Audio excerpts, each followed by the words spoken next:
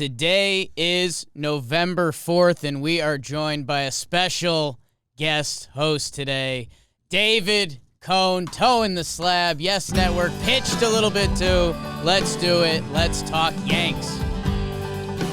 Talking Yanks with old JOMBOY and Jake. Recaps galore, weekly awards, stat lines, theme, and hot takes. Get your Yankees news from these two fine dudes. It's time for Talkin' Yanks.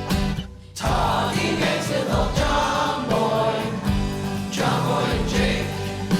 Talking Yanks with old JOMBOY and Jake.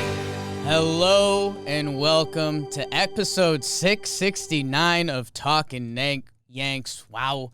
And it's a truly special one. I think we're going to have a couple guest hosts coming up while the John Baby situation is going down. We've heard nothing but good news from Jim, but he has a lot going on right now. So we are joined by newest member of JOMBOY Media, Toeing the Slab, David Cohn. Coney, how we doing, man? I'm doing good, Jake. Glad to be on with you. Glad to pinch hit here. I'm in the chair. I mean, yeah, I think we might be just when you thought we were done with pitchers pinch hitting. Here we are. We brought ours in. The DH isn't implemented yet. Coney, stoked, obviously. I was a second ago having trouble just looking at the camera because I'm like, holy smokes, Coney's here. And your best friend, BBD, always producing his butt off. Yes, we love BBD. He's great. He gives me at least one belly laugh every couple of months, on Twitter. He'll say something or throw something obscure out there, and he gets me every time. I don't know. I guess I just get his sense of humor. Kindred spirits or something, It's a David thing. Yeah, there you go. It's a David thing. I think we got to the bottom of it.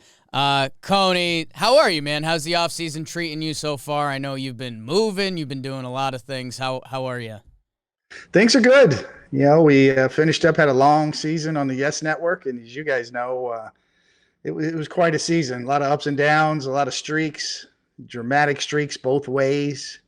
Wondering who are these Yankees? What kind of team are they really? Trying to pick it apart, but it's still at the end of the day, it's a lot of fun.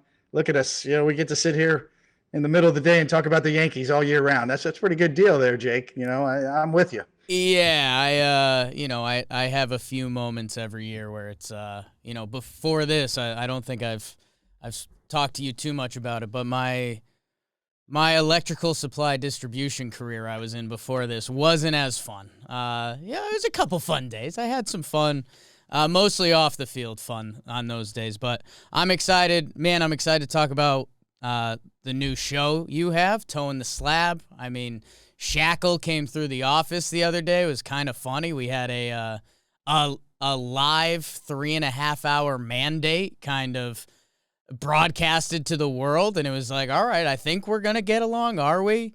And we did. That was a blast. And dude, Smythe's always the best. One of the better Twitter follows out there. So you got a good squad. We do. We were trying to narrow our focus. Everybody's got ideas for a great podcast, right? We're going to talk baseball. We're going to talk a particular team, or we're going to talk just any topic at all. But to really narrow in on pitching, the pitching side of things, to me, just made sense. It seems like pitching is dominating.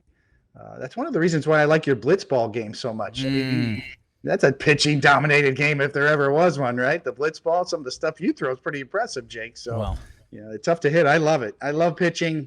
I live, breathe, and eat pitching. So you want to know something about pitching, we're the spot to come. Toeing the Slab, we're going to have something. Hopefully, maybe tell you something you don't know every now and then.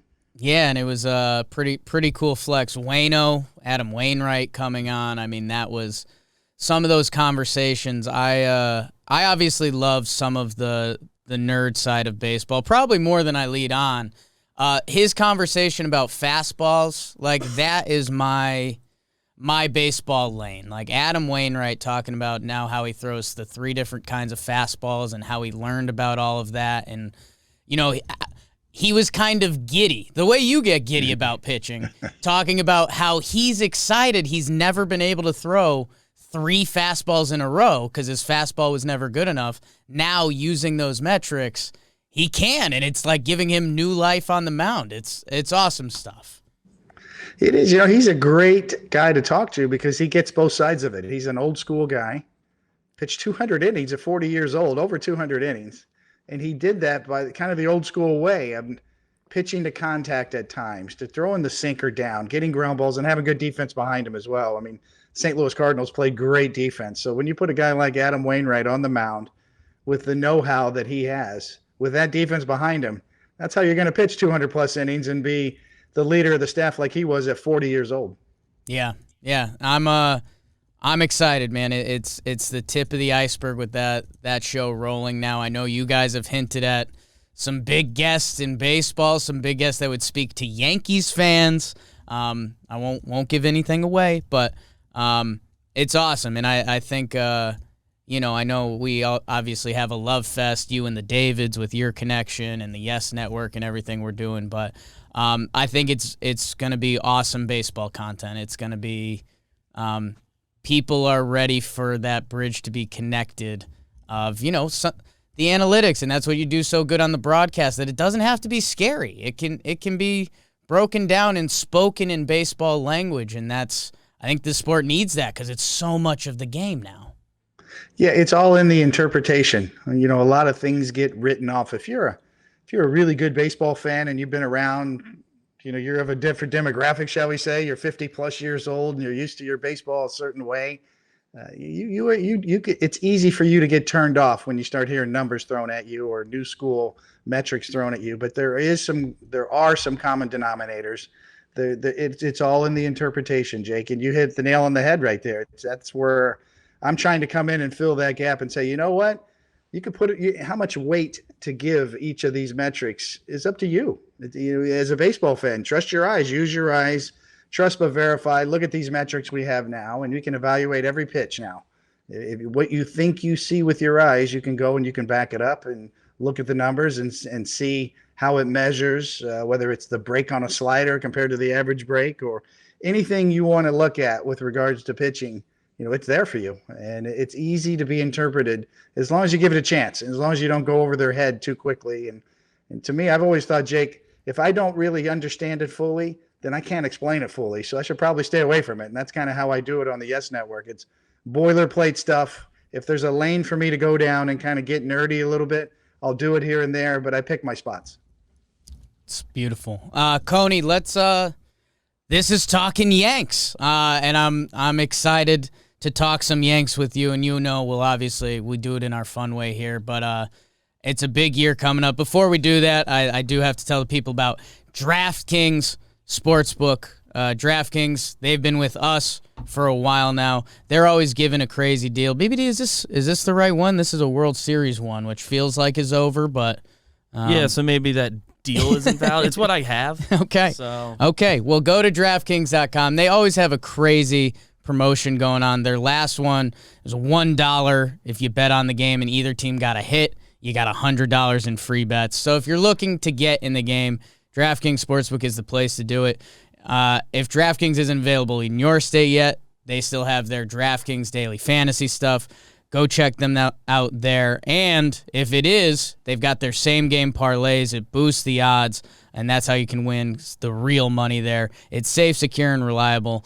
Download the DraftKings Sportsbook app now and use promo code JOMBOY, and you can bet $1 on any game. Well, this was the World Series, and if they got a hit, you got 100. We'll get you updated promo. There's always some deal like that. Yeah, we'll get you promo code JOMBOY, DraftKings Sportsbook, an official sports betting partner.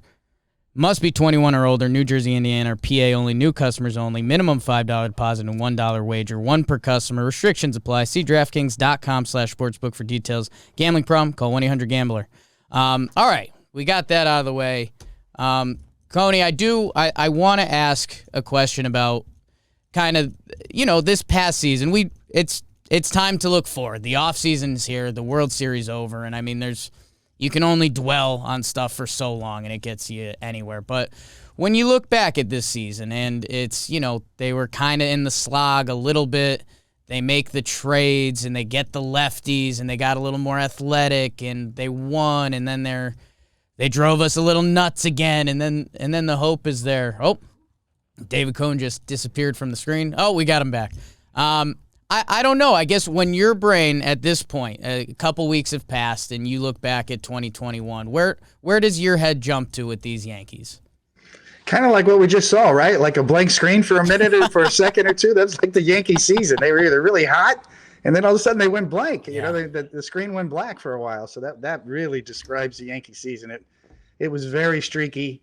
A couple of things that you find out after the season or towards the end of the season that explain a couple of things. One, DJ LeMahieu dealing with a core issue, probably for the majority of the year, which explains a lot in terms of his slugging percentage compared to what he was the first couple of years as a Yankee and what we saw last year. It probably was related to that injury.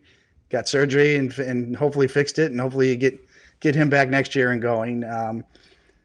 To me, it reminded me, Jake, back in the 1980s and early 90s when I played for the Mets, the lineup was constructed just with hitting in mind. Players were out of position. Defense suffered. At one point we had Howard Johnson, who was a third baseman playing shortstop. We had Juan Samuel, who they ended up traded Lenny Dykstra for back in the day to have him play center field. He was originally a second baseman. We had all kinds of guys playing out of position. Mackie Sasser was an infielder who they made a catcher who couldn't throw the ball back to the pitcher. He had the yips trying to throw the ball back to the pitcher. It was just a mess all the way across the field. And when you start playing players out of position, especially up the middle, and now we found out playing Gleyber Torres at shortstop just didn't work. It was a mistake.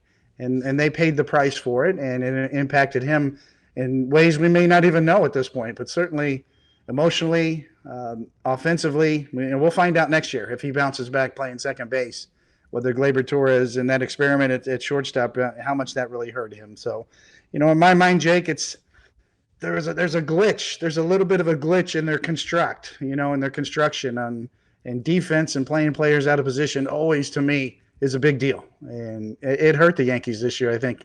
Collectively, players playing out of position, defense, and then taking their defense with them at the plate, and it hurt them offensively as well. Because I know we had it on here, a little different scale, but there had to be a couple nights after some of those games where you and Caster turned to each other and like, what is going on? It was just bizarre at times. Yeah, well, it really was. There were a few plays that were really bizarre, and the thing is, if you look at, the run differential overall in the entirety of the season for the Yankees, the amount of runs they scored and the amount of runs they gave up, they actually overachieved. They probably had a team that should have won in the mid-80s, 86 or 87 games. They ended up winning 5 or 6 more games than their run differential would say. Part of that was the one-run games. They won a lot of one-run games. Every game they played was so close. They churned out their bullpen all year long. Some of that residual effect impacted Chapman at the end at times. It looked like he was pitching hurt. He had a split nail, and then he ended up with a little bit of an arm injury. That kind of explains maybe his derailing at the midseason point. There's some dramatic blown saves. Yeah. At the end of games, maybe a handful, like 5 or 6, where you had the lead, win probability was 90% plus, 95% plus, and they ended up losing about 5 or 6 games like that were in the bag. So it was just kind of a weird year to peel back and point your finger at this. This is the one. This is the reason why.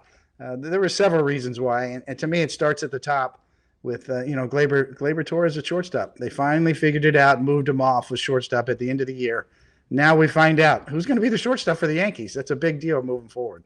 Yeah, the DJ LeMahieu stuff you mentioned, it was something that opened my eyes as this became a real job for me. Is that if you see an baseball player, probably any athlete that just seems off and not fully themselves, there's a good chance they're hurt or they have something going on. I know Lorenzo Cain a couple years ago, he was pretty steady, productive player, and he had a really down year. And then we found out after the season, like, oh yeah, he was pretty hurt all year. He tried to play through it. And when you see that happen with DJ, it's, I don't know if he's going to be the 1 OPS, top 5 MVP guy, but he's not going to be what we saw last year. And that at the top of the lineup, that sets the tone so much for them too.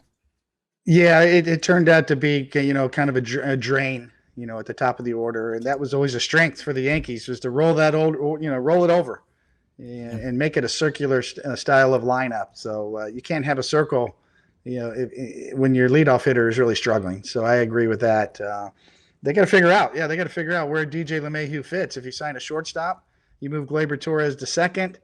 You bring in Gio Urshela back for third. Everybody says, "Oh, you can just put him at first base." It's a tight squeeze over there. He certainly can handle it, but your profile at first base yields a little more power, I think. Somebody with Luke Voigt's offensive profile, somebody like that profiles at first base. I love Rizzo, Anthony Rizzo. We'll see how much he loves the Yankees and what's out there for him. It's kind of going to be a scramble to see what offers he gets and whether or not the Yankees can match up with Rizzo. But I think he fits in that clubhouse pretty well. I know age is a concern. Long-term deals, how much money you're gonna commit to him is a big deal. But we'll see. We'll see where the Yankees stand and what matches up. Well, and that kind of brings us into this upcoming offseason. I know officially Rizzo and Kluber hit free agency. Not that there was really anything tied to that, just it actually happened, so they have to announce it.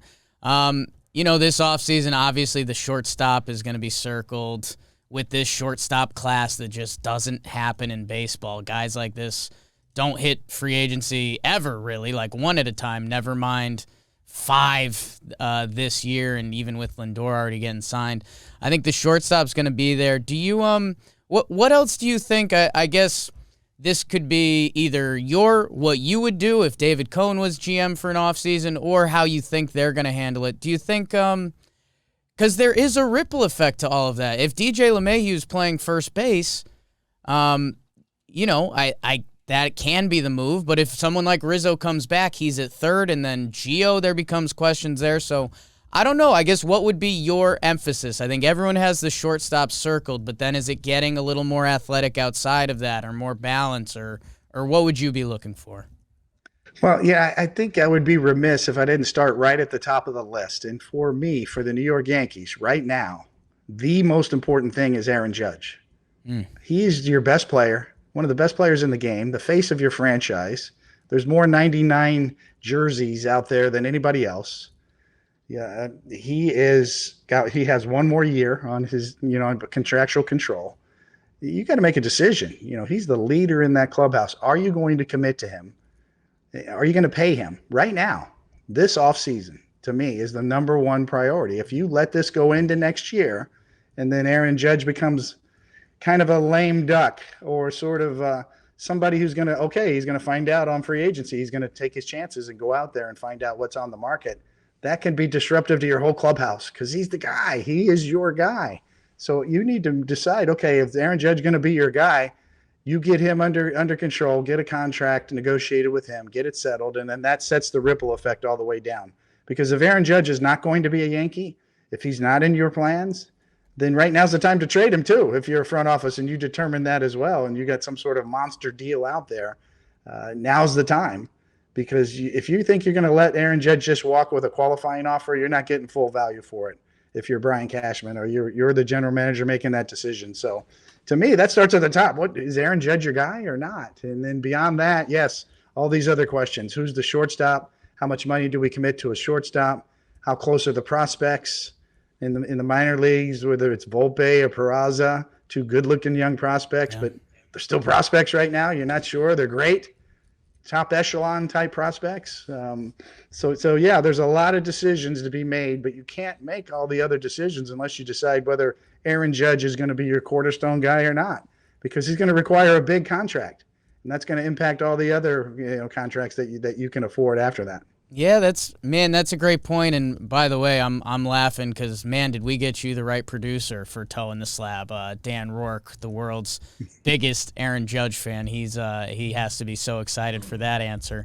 And yeah, tying it into what just happened in the World Series, obviously different players and different history, but Freddie Freeman, the Braves, they kind of didn't lock him up.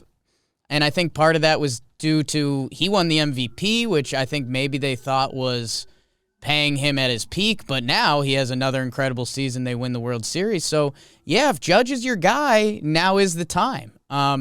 And I guess that's where the shortstop stuff becomes really interesting, because you mentioned the prospects. I think the Yankees are really in on those prospects. So if they got a Corey Seager, and you can have the Cole conversation, you slide him to third base, etc., Yankees, short porch, are the Yankees then going to have Stanton's big money on the book, Cole, Judge, and then third baseman Corey Seager? I don't know. That kind of doesn't add up to me. It's a great point, Jake, and we don't even know where the luxury tax is going to hit or what kind of compensation system is going to be negotiated. December 1st, the deal is up. The collective bargaining agreement is up. There's a lot of different theories being thrown out there, a lot of different ideas. So it's hard to make a budget when you don't know how much money you have to work with, or where the ceilings are going to be. Because make no mistake about it, people say that baseball doesn't have a hard salary cap. Functionally, they kind of do, really. I mean, the luxury tax kind of functions as a big roadblock right there for a lot of teams. So, we'll see what happens in the CBA as it unfolds, and is there going to be a lockout? Strikes only happen during the season. Just as an aside, players have the ability to strike during the season. That's why most major league strikes on the player side have happened towards the end of the year, right before postseason, because the owners have a lot of money tied up into postseason revenue. So that's the one point of leverage that the players have. That's already come and gone. Now we're into the offseason. Now we're into lockout territory. If the owners don't like what they're hearing, then they will lock you out.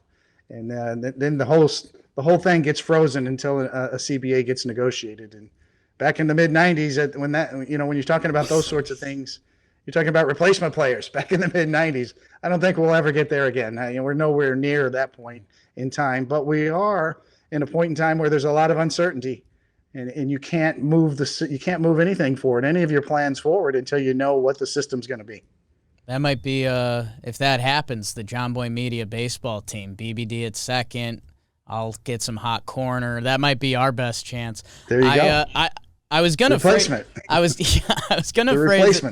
gonna phrase the question this way, but I think you already kind of answered it. You were president of the Players Union. Am I doing that? Am I saying that right? I was the American League representative. Yeah, okay. And then I was part of the executive subcommittee too, thereby. So yeah, I was front and center, in that particular negotiations. So do your juices still get going? Like, the CBA is up. Like, we are in it now. Does that still get you fired up? Well, it does. For me, I go back to Marvin Miller, the original union leader for the baseball players. A remarkable man. Just went into the Hall of Fame, which is long overdue. I'll keep it simple. For me, it's always going to be interesting. It's always about rights for the players. You're never going to win an argument when you have billionaire owners and millionaire ball players, and the average Joe out there is making. My dad worked in a meat factory in the graveyard shift. He made $30,000 a year. I get it. The heck with you. Screw you all. You overpaid ball players and billionaire owners and tax breaks. The heck with all of you. But from a player standpoint, you only have so many years to make your hay. And for me, it's about freedom issues. Can we get our freedom sooner? You have to wait 6 years. Aaron Judge has been in the big league 6 years now. That's a long time. There's a lot of surplus value. If you just want to take a snapshot of Aaron Judge's career, how much he's been paid and what his impact has been on the franchise and how much the Yankees have made as a result of that. That's a hard formula to come up with, but I guarantee you, Aaron Judge has been a bargain for the New York Yankees over the last 5 years. Just in terms of all the jerseys he helped sell, all the ratings on the Yes Network that we get, the superstardom that he provides for the Yankees in a franchise that needs superstars. Aaron Judge is the guy. Yeah. He is the guy, and he's a deal right now for the Yankees. So now the Yankees have to decide, as we said, are you going to pay? Are you going to pay up at this point and really reward this guy for what he's given? But then again, what he's got left in the tank as well into his early 30s and mid 30s as he starts to progress in his age. It's him, obviously, like you labeled. I mean, how do you even put that value into a number? And then the one that always jumps out to me, Luke Voigt, like that's what they really need to figure out. Like Luke Voigt, and again, I think he made $4 million this year or something, which to anyone is like, that's an insane amount of money. But now is his only time he can do that. And if he was able to hit free agency, heck, after he won the home run title, what would Luke Voit have gotten then? So that's what I really want them to figure out, because otherwise teams are almost incentivized to keep a guy in the minor leagues till they're 27 and maybe figure it out, and then you control them until they're 33, and then, oh, well, here's your 1-year invite to camp or something like that.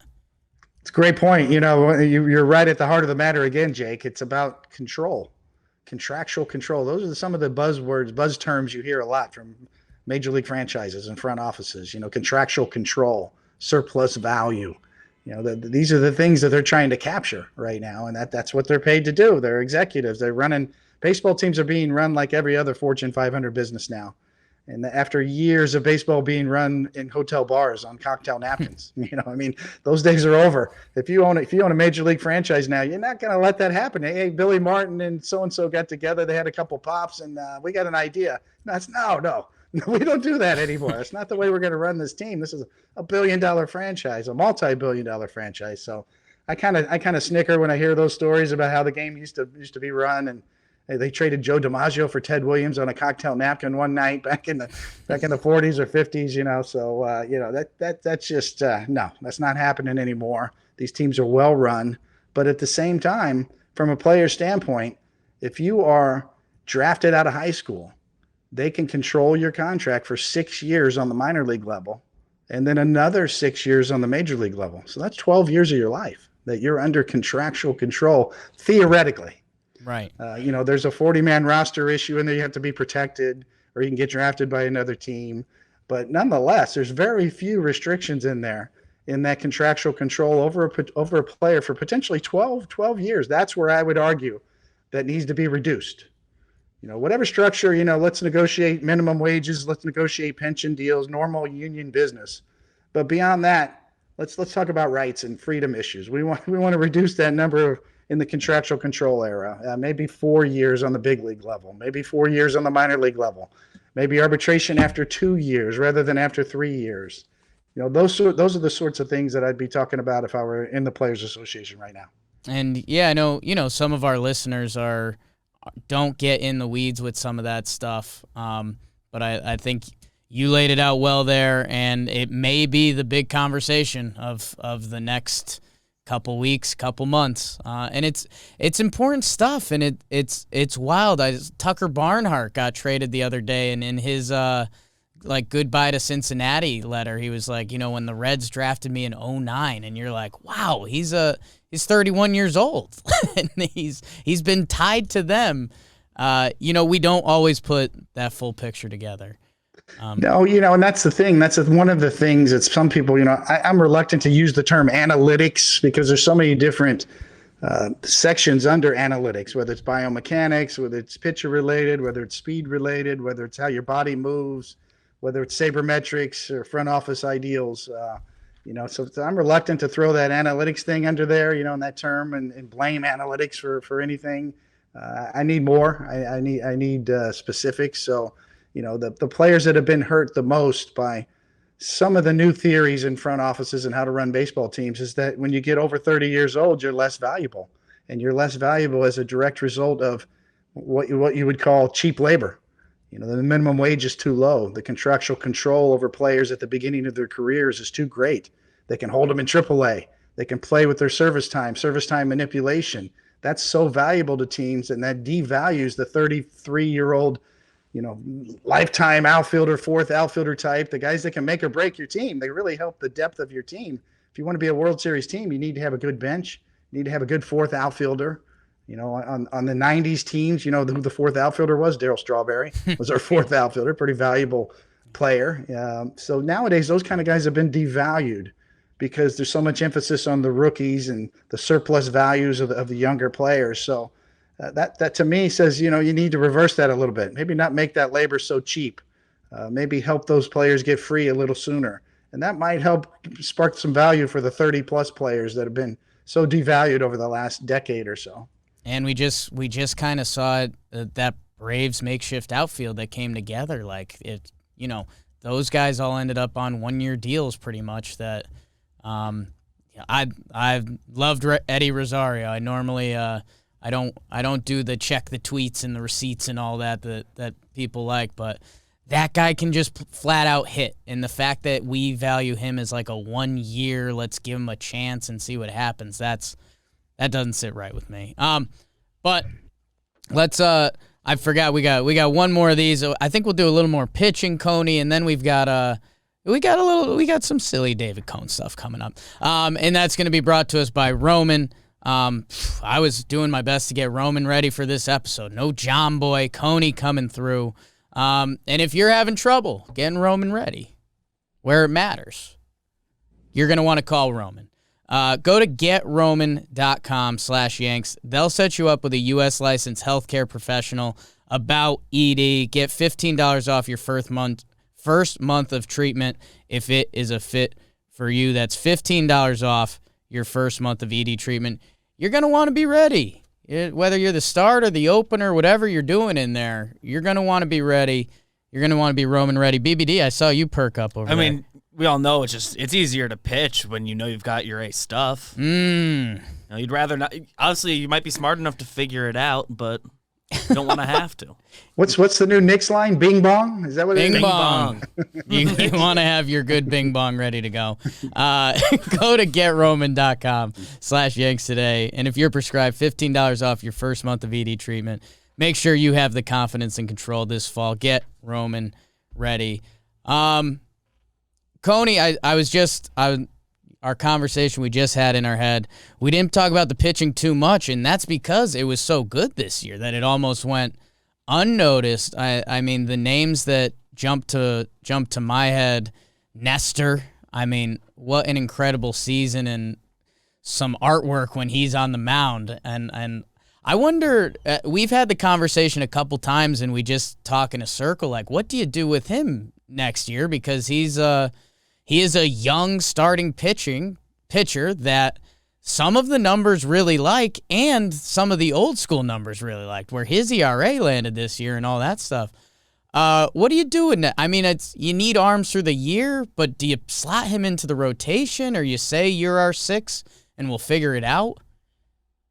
Yeah, I don't think you need to limit him to anything because he is so versatile. He can do anything for you, and he seems to be very durable too. His arm really bounced back. He retained his stuff throughout his starts from start to start.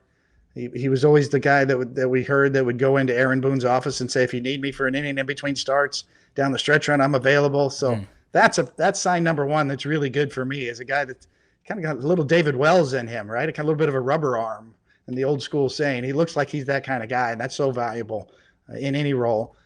You're right, Jake. I mean, you try to pick him apart and say, is he lucky? Is this true? Can I believe what we saw there?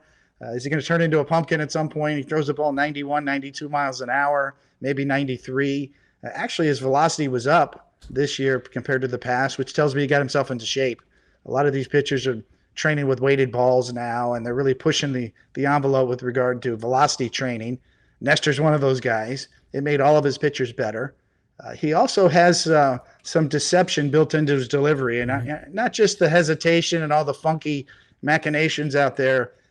His release point kind of gets a little extra riding action, lift. The big thing in pitching now is making the lift in your pitches on four-seam fastballs, the riding action, the rise, as they say, even though that's, the ball doesn't actually rise, it just drops less. But nonetheless, you can fool the hitters with that little life. I call it jackrabbit movement, a little darting movement through the zone. You see it on blitzball when you throw your four-seamer that has that riding and lift effect. It's the same thing with baseball, just not as much, obviously, as the blitzball. Nestor Cortez has that, and he does it a different way. Most pitching coaches back in the day would teach you to throw the ball downhill, throw your four-seamer downhill. Nestor does it. He throws it uphill. He gets underneath it, pops it, and it rides that way for him, and that's deception. We see a lot of hitters foul off his fastball. They're late. They foul it off. They miss it. And the next thing you know, he's got 2 strikes on you, and he's got pretty good control, and he knows how to pitch.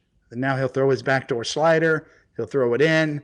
He's got good sweeping action on his slider. He made some adjustments there. I give Matt Blake and the pitching instructors all the way down through a lot of credit, because the pitch design of a lot of their pitchers, including Nestor Cortez, were excellent this year, and they do deserve credit for that.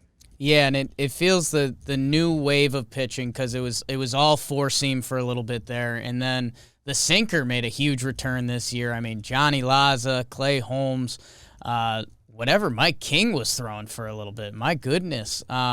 It feels kind of what you've been saying on the broadcast for a few years now is kind of empower guys to throw their good stuff. If you throw that good sinker, and we'll work around that. And I think that is a confidence thing that you talk about. What's the word you always use? Conviction. Yes, conviction. Conviction is, people say, well, did he call the right pitch or pitch selection? Do you get caught up in the selection process? He's putting down the wrong fingers back there. That's why I need my own personal catcher. Well, no, it's really, if you throw the wrong pitch with conviction, a lot of times it's going to work. It's fine.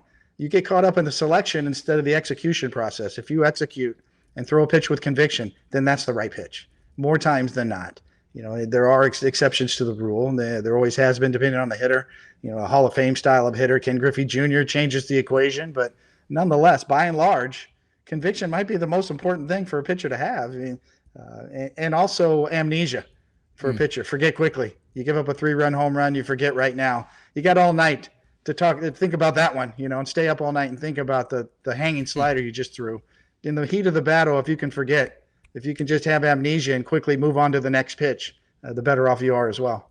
Did you practice that? That's something that has recently blown my mind about pitchers. You give up a 3-run homer, you're pissed at yourself, you feel like you let down the team. Like, does it just come with age, or is it something you have to practice like anything else? You definitely have to practice it, and it does come with experience, and the more reps you get, and it comes with an understanding of the big picture a little bit more. When you're a young player, when you're a young anything in any business, you're kind of self-absorbed, right? You're in your own little world. You're worried about your niche, developing your own brand, whatever that may be. The more reps you get and the more experience you get, you see the big picture a little bit more, and you understand, what's more important and where should your values be. And you do have to train at letting it go, forgetting, putting that behind you. An umpire just blew a call. You're on the mound, you blow a gasket, and then it affects the next 2 pitches after that because you're still pissed about the umpire missing that call 2 pitches ago. So it sounds like a cliche. It sounds, like Ted Lasso, maybe. Maybe I'm preaching Ted Lasso. I do kind of believe in Ted Lasso a little bit, to tell you the truth. Some of that stuff makes sense, even though it's kind of corny and whatever you want to say, cliche-ridden, but there is some truth in some of those cliches. And for a pitcher, the ability to compartmentalize things and put it behind you. And I keep getting back to Bernie Williams. Bernie Williams, the year he won the batting title. I went up to him at the end of the year and said, you're an unbelievable groove. What do you think about when you go up to the plate and hit? And very matter-of-factly, he said, nothing. I'm a blank page, I just see the ball and I hit it. And there's a freedom in that, to be able to go about life like that, right? Or anything you do, it frees you up, it frees up your mind where you're not worried about every step you make, or trying to recognize everything. You just trust your own stuff. Yeah, Bernie, I forgot I got to meet him just for like a half second this year, and that was my guy growing up. He's the best. Man, I owe Joe's McFly for life. I wasn't gonna grab him. Like, Bernie was making moves, and I was like, hey, let him be. I don't want to. Joe's kind of reached out a big bear paw. I was like, Bernie, this is my guy. I was like, so I'm in debt to Joe's forever. Very nice. Let's do a little bit of the silly stuff. BBD, do you have the clip? We got a couple center stage clips that we wanted to bring up of a couple of your friends. Wildest or craziest teammate? Oh, David Cohn. Really? And you'll never know it either. Wildest or craziest teammate? Wow.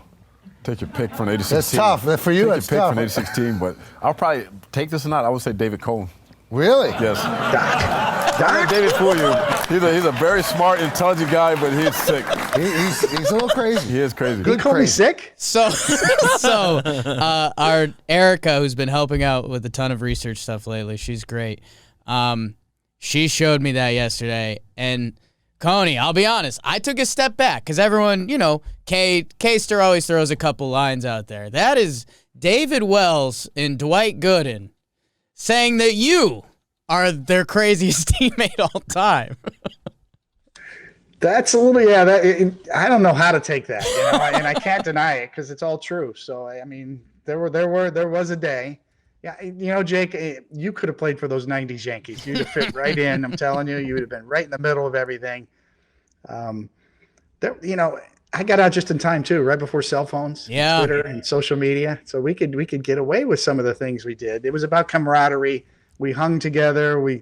If you were part of the New York Mets in the 80s or the Yankees of the 90s, when we went on the road, it's like, where are we going to dinner tonight? Let's go. There'd be 10 guys together, 15 guys together. Hey, let's go to this steakhouse, or this restaurant's great, or we're in Seattle, or we're in wherever. Where are we going, guys? Let's go. We're on the plane. And that was part of that. I miss that probably more than anything, Jake, is that part of the game. And I know a lot of players feel that way. You hear that answer a lot. And any player we've talked to, and it makes sense. I mean, it's camaraderie. I think anyone that played athletics, even into high school sports, the stories from the back of the bus or whatever you were doing, and then you multiply that by getting a little older, maybe a little money, and the recipe is there. It's there, and I think I can relate to the modern player a little bit. I got burned one time. I was the guy that would be the party coordinator. Let's get everybody together. Let's go to this place, this restaurant, this hotel. And after 1997, we lost to the Indians. It was the Mariano Rivera gave up the home run to Sandy Alomar Jr. They knocked us out of the playoffs. It's a short flight from Cleveland. Our season's over. And so I call a buddy of mine that's got a bar down in the West Village, and I say, you know what? Our guys are really down. We just want to come and drown our sorrows a little bit. Let's go have it. I told all our guys, Bernie, all the guys on the plane, hey, let's stay together. It was a tough loss, but we won the World Series in 96. We just got knocked out in 97. Let's hang. Nobody's going to go to sleep tonight. Here, I got a buddy who's got a place. Let's go down there. Let's all meet there. So several of the guys come and meet me down there. Somebody had a camera at that bar and took a bunch of pictures. And about 4 hours later, on the front page of the New York Post was Yankee Panky.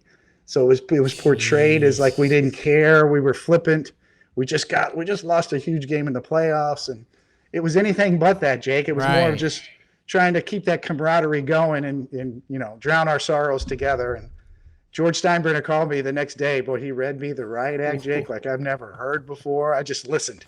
I was pretty good with the boss. I could give it back to him a little bit and tease him. That was one time when I said, it's my fault. I put the thing together, Mr. Steinbrenner. It's all on me. Nobody else knew anything. It was my bad judgment. I'll take the heat on it. And he just kept going. He kept going and read me the riot act like I've never heard before. But Yankee Panky, 1997. Yankee Panky. That's a lot of what we do on here. Yeah, and I know I can speak on judgment calls in different ways, and I think that's one when you're younger. The time you get in trouble was the time you weren't actually getting in trouble, and that's when it stings just a little more. But you still just got to eat it at that point. That's exactly right. I mean, it seemed like a good idea at the time. Apparently, it wasn't. Didn't work out so well. So, Coney, we got that great clip, and we'll start wrapping it up around here. The clip of you dancing in the Yes booth this year, that obviously speaks to me. You let it rip. I mean, you were going. Does David Cohn still bust that out, or are you more of a, like, let's get in the back room and we'll go and we'll exchange stories, or do you still bust out your dancing shoes? What's it like? It's been a while, that's right in my wheelhouse. I mean, I was in the minor leagues in the 80s, the early 80s, and that was it for us. I stayed at a place called the Interstate Inn in Omaha, Nebraska. And on off days, happy hour, they had free chicken wings and they had a dance floor. And that's what you went there, and that was dinner because you got free chicken wings. You bought yourself a Coors Light or whatever. And then you ask girls to dance. That's how you're a single kid. You're lonely. You're in Omaha, Nebraska. You're at happy hour at 5 o'clock, and there's a little square dance floor over there. And you can believe it, Jake. I was all over that. Just every year in the minor leagues back in the 80s, it was the thing to do. It's a little harder nowadays, I think, to find those kind of places to go to. But yeah, it can be found. But yeah, I don't move as fast as I once did, but that was my game back then, right on the heels of disco and new wave music. And there was a kind of a convergence back there in the 80s. think Roxanne, the Police, and Roxanne. Remember Eddie Murphy singing Roxanne, and his famous movie. That was that era right then. So a lot of convergence of music styles back then. Yeah, we went up to Somerset for a little bit. They let us play blitzball on the field, and we got to mix it up with those guys, and they were all stoked because they were playing a weekend set against Brooklyn. So, bunch of minor league guys get to go to Brooklyn for the weekend, play a little ball, enjoy the city a little bit, and it's like, oh yeah, you're guys. Yes, exactly. And you speak a different language when you're together. Yeah. There's an easiness around each other. You talk differently when you're around a group of like-minded individuals that have something in common, like baseball or really anything. Pick an industry. Those type of people get together that are at or near the top of their profession. They speak a different language. All right, I've got last silly question. He's one of our friends for a while. He's one of our first friends, Jack Curry, who I think you know pretty well. Put together a pretty nice book. Has he ever been disheveled? Like, have you ever seen him in like gray sweats and a tank top? Like, he's always on cue, man. He's tight, isn't he? He really is. I can't say that I ever have. No, I know he's a runner. The thing about Jack and Pamela, his wife, is that they're extremely talented, both of them. And when you go to parties with them, they'll break out a little act where they rap. They can really? Old school. They got a little back and forth. They bounce it back and forth. They're musically very inclined. I would put Jack Curry's music knowledge, especially in the genre of reggae and old school, kind of new wave or alternative, early classic alternative music. Jack Curry's knowledge is up there with anybody I've ever met. So yeah, he's a button down guy, hard guy to get. And I was listening to music, and when I was dancing there, they were at Fenway Park and they were playing some funky Latin rock music, and I was trying to get it going. I don't know why I threw on the Megan Thee Stallion at the end there, but you just get carried away. And it's embarrassing. That was like a hanging slider for me, Jake, right there. I can never get that back. You just couldn't. That's out there now. It's gone. You watch the replay of that pitch. It just never bites. No, that's going to be there forever. Little cement mixer in the middle. Man, I love that video. You were moving, Coney. I was trying. I was trying. Some of those other booths around the country, they'd say we're dancing in the booth, and it would be half that speed. So It don't look like that. No. Coney, appreciate you so much. Towing the Slab, we couldn't be more excited. The fact that you're linked with us and it's a part of what we're trying to do for baseball. Like, have fun, educate people on the game. It's the perfect fit. And I know Shackle and Smythe, they're both great, and they're so excited to be a part of it too. So thank you for this. I know Jom is very jealous he's not a part of this, but he very much appreciates you stepping up. My pleasure, Jake. Good to be on the same team with you guys as well. Awesome. I'll look forward to it. Many other times we can get together and talk about whatever we want to talk about. That's the beauty here, right? There's 1,000 different things we could talk about on any given night. And so, yeah, that's it. I'll look forward to more chances to do it. Awesome. David Cohn, you're the best. Thank you so much. Do we need to tell the Talkin' Yanks people anything else, BBD? No? We'll see them Tuesday, Thursday through the offseason. So thank you, everyone. Tweet at David Cohn that he's the best, because he is. And we will probably see you guys on Tuesday. Coney, I'm going to New Orleans, actually, right after this. The girlfriend has a friend's wedding down there. Any spots for me? Oh, you got to just meander down the French Quarter there. It's a must. There's so many places you could go. Yeah. So, you never know what you're going to run into in Narlands. Yeah. Not New Orleans, Narlands. Narlands. I feel like I'm going to find a place pretty easily. Yeah, there's lots to choose from. All right. Thank you so much, Coney. Everyone else have a great weekend, and we'll see you soon. And let's go Yanks. Tell them, Grandma. Go Yankees.